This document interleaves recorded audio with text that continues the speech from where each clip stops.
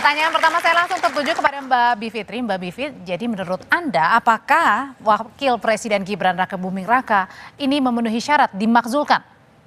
Memenuhi syarat atau tidak nanti kan itu ada keputusan politiknya, kemudian butuh putusan Mahkamah Konstitusi ya. Tapi kalau kita lihat pasalnya, satu saya mau kritik dulu, mungkin Pak Jokowi kurang dapat masukan tuh. Nggak harus satu paket itu dulu. Jadi pasalnya itu bunyinya presiden dan garis miring atau wakil presiden. Jadi nggak harus dua-duanya. Kalau salah satu boleh, itu dulu. Kemudian yang kedua, lagi-lagi ya keputusan politiknya nanti silakan dijawab oleh para politikus. Tapi kata-katanya itu sebenarnya pelanggaran hukum satu yang memang membutuhkan kualifikasi yang khusus. Tapi bedanya adalah yang melakukan pemeriksaan pelanggaran hukum itu nanti proses setelah DPR di Mahkamah Konstitusi. Jadi tidak harus misalnya harus ada dulu pelanggarannya yang sudah berkekuatan hukum tetap misalnya begitu kan biasanya kalau untuk mencalonkan diri jadi anggota legislatif begitu ya. Tapi ini untuk presiden dan atau wakil presiden seperti itu. Kemudian ada yang agak longgar sebenarnya Mbak Audrey, yaitu perbuatan tercela dan juga satu lagi adalah melanggar atau tidak memenuhi syarat lagi sebagai presiden dan atau wakil presiden. Sebenarnya ini adalah bagian yang kita agak mirip dengan model di Amerika Serikat, namanya misdemeanor. Jadi pelanggaran-pelanggaran kecil yang kemudian bisa dijadikan alasan. Tapi kalau misalnya salah satu alasan dari Forum Purnawirawan adalah karena putusan dari Mahkamah Konstitusi terkait dengan pencalonan Mas Gibran pada waktu itu menurut Mbak Bivit sendiri cukup nggak sih untuk memakzulkan? Cukup atau tidaknya kita harus tanya nanti sama Bang Doli karena itu proses politik ya. Tapi kalau bahwa itu harus dibahas dulu oleh DPR itu yang utama. Nanti DPR kemudian yang akan mengirimkan ke MK, MK yang akan memeriksanya nanti secara hukum. Tapi memang secara secara hukum belum pernah ada pasal atau putusan yang bilang bahwa putusan 90 itu salah. Walaupun ada putusan Majelis Kehormatan MK untuk pamannya Gibran waktu itu. Nah berarti itu butuh proses politik lagi. Bang Doli kalau gitu sebenarnya dari DPR sendiri akan dibahas, akan diproses atau mandek alias tidak akan pernah dibahas nih? Ya saya kira pertama begini, saya mau sampaikan apa yang disampaikan oleh bapak-bapak kita orang tua kita Purnawirawan TNI itu tentu kita harus hormati, harus kita hargai ya. Karena itu juga hak konstitusinya mereka menyampaikan pandangan dan pendapat gitu. Nah tetapi yang kedua adalah apakah kemudian semua pandangan masukan dari masyarakat itu bisa kita teruskan atau tidak itu yang jadi soal. Nah kalau masuk ke DPR secara teknis sekarang memang kan sedang reses. Jadi itu belum suratnya masih proses administrasi di skala jenderal, nanti masuk di pimpinan yang agendakan bersama dengan fraksi-fraksi. Nah tapi kalau menurut pandangan saya dan Golkar gitu ya, kita tentu akan membahas itu pada saat kita melihat kan ada dasarnya. Dasarnya tadi pasal 7A, B, C itu ya. Nah kalau semuanya itu syarat tadi yang disebutkan tidak terpenuhi, ya kita tentu nanti kan gini, ke Mahkamah Konstitusi itu kan kita uji ya, apakah kesalahan-kesalahan itu menurut kita memang betul salah, itu kita uji lagi di Mahkamah Konstitusi. Nah kalau saya berpandangan sampai saat ini, saudara wakil presiden itu tidak terpenuhi syaratnya di dalam pasal 7A itu ya, bahwa apakah memang sekarang saudara Gibran itu melakukan pelanggaran hukum yang berupa misalnya pengkhianatan terhadap negara, apa yang dikhianati? Korupsi. Kalau tadi soal polemik putusan MK misalnya. Nah ini begini, itu kan putusan MK itu kan proses sebelum terjadinya Pilpres. Nah Pilpres kita udah selesai ya, sudah proses hukum, politik dan legitimasi sosialnya juga sudah terjadi. Waktu itu pasangan Pak Prabowo dan Mas Gibran ini kan sudah meraih sekitar 58%. Jadi sudah punya legitimasi yang kuat. Nah pertanyaannya kalau kemudian itu yang jadi soal, kenapa tidak pada saat itu kemarin digugat?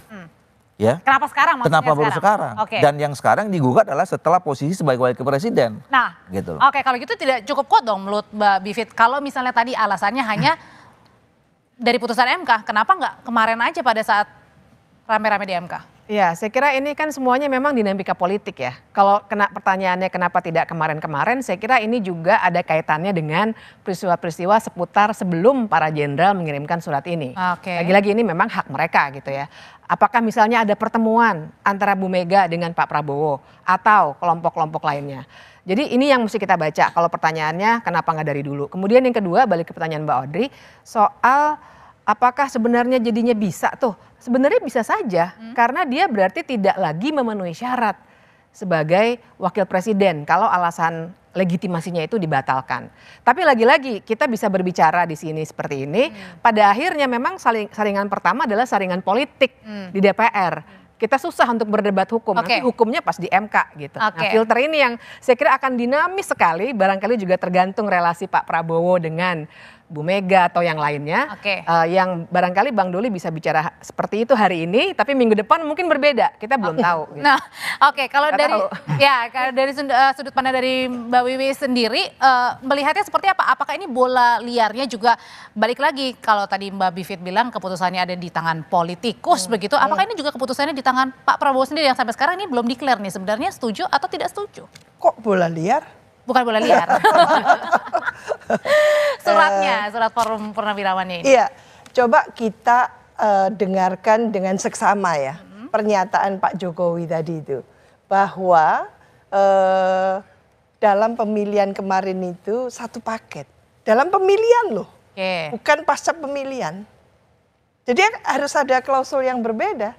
Dalam pemilihan presiden memang diusung oleh partai dan gabungan partai gitu kan. Calon presiden dan calon wakil presiden. Lah tentu ini tidak titik di situ kan gitu. Lah setelah mereka dilantik, apa paket terus, duit tunggal terus. Kita sudah punya presiden sebelumnya. Pak Hatta mundur gitu kan. Bung Karno artinya tidak harus sepaket maksudnya di Iya. Jadi paket itu hati-hati menjelaskannya gitu ya. Bahwa tidak ada sama sekali pasal yang mengatakan kalau presiden atau wakil presidennya itu kena mundur atau berhenti atau memang dimakzulkan, lalu dua-duanya sepaket, itu enggak ada seperti itu. Kita menyaksikan juga kan Gus Dur mundur juga Bu Jadi yang Megawati maksudnya Mbak Wiwi ingin katakan adalah? Iya, paket dulu itu dijelasin dulu.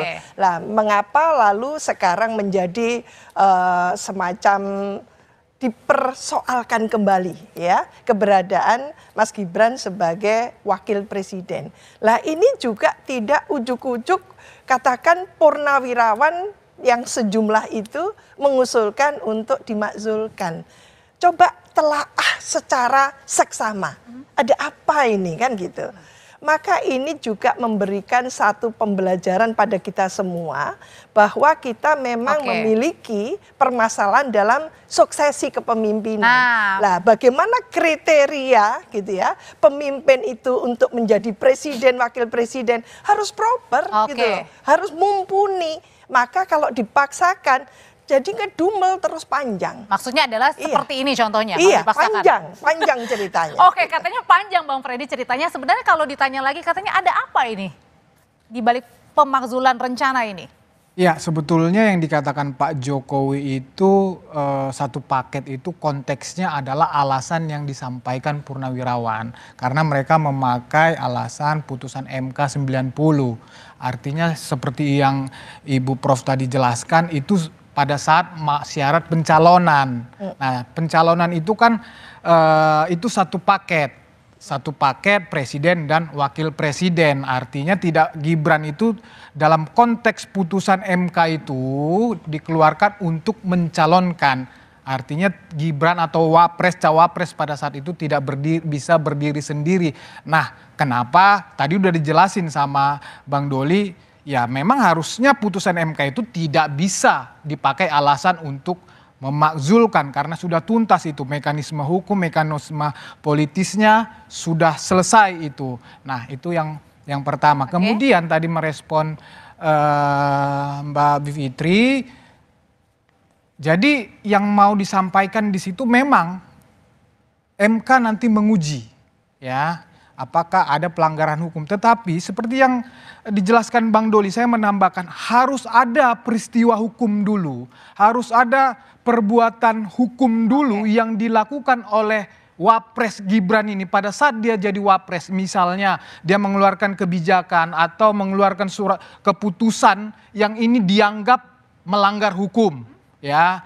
Yang kemudian misalnya ada perbuatan dia,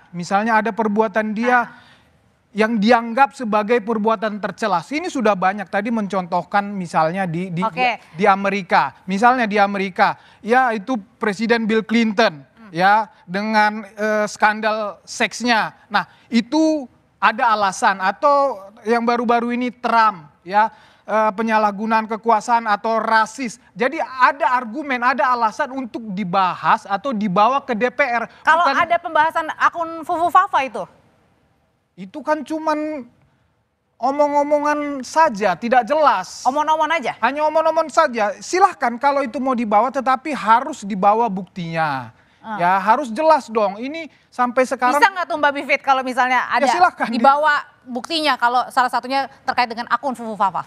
Kalau dibawa buktinya dan kemudian bisa dipercayai oleh DPR di proses demikian rupa, ya bisa saja. Semuanya ini kan tergantung argumen ya. Sama kayak dulu waktu Gus Dur kan sebenarnya Bulog Gate-nya sendiri tidak pernah terbukti. Tapi waktu itu digunakan secara politik. Jadi saya orang hukum, tapi buat saya dalam politik itu anything is possible. Jadi kita boleh berdebat di soal pasal-pasal, tapi pada akhirnya karena saringan pertamanya adalah DPR, kita benar-benar harus lihat pada titik mana nanti Pak Prabowo memang benar-benar ingin memisahkan diri dari Gibran. Oke, pertanyaannya apakah nanti akan ada kehendak mau untuk digulirkan atau enggak? Nanti usai jeda Bapak dan Ibu akan menjawabnya, tetap bersama kami di Dua Arah.